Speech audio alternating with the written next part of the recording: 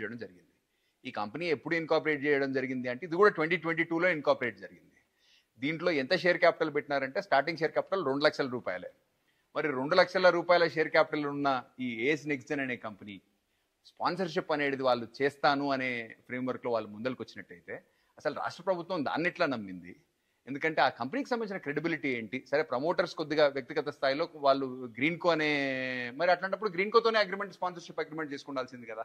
ఈ ఏస్ నెక్స్ట్జెన్ అనే కంపెనీని ఎందుకు ఈ అగ్రిమెంట్లో భాగస్వామ్యం తీసుకున్నారో దీనికి ఆ రోజు ఉన్నటువంటి ప్రభుత్వంలో ఎవరైతే కీ పొజిషన్లో ఉన్నారో ఆ రోజు ఉన్నటువంటి మినిస్టర్ కానీ లేకపోతే ఆ రోజు ఉన్నటువంటి ఎంఐయుడికి సంబంధించిన కమిషనర్ గారు కానీ సెక్రటరీ గారు కానీ వాళ్ళు సమాధానం చెప్పవలసిన అవసరం ఎంతైనా ఉంది. ఏస్ నెక్స్ట్జెన్కి ఉన్న క్వాలిఫికేషన్ ఏంటి? ఏస్ నెక్స్ట్జెన్కి ఉన్న క్వాలిఫికేషన్ ఏంటి? ఎందుకంటే 2022లోనే ఆ కంపెనీని ఎస్టాబ్లిష్ చేయడం జరిగింది.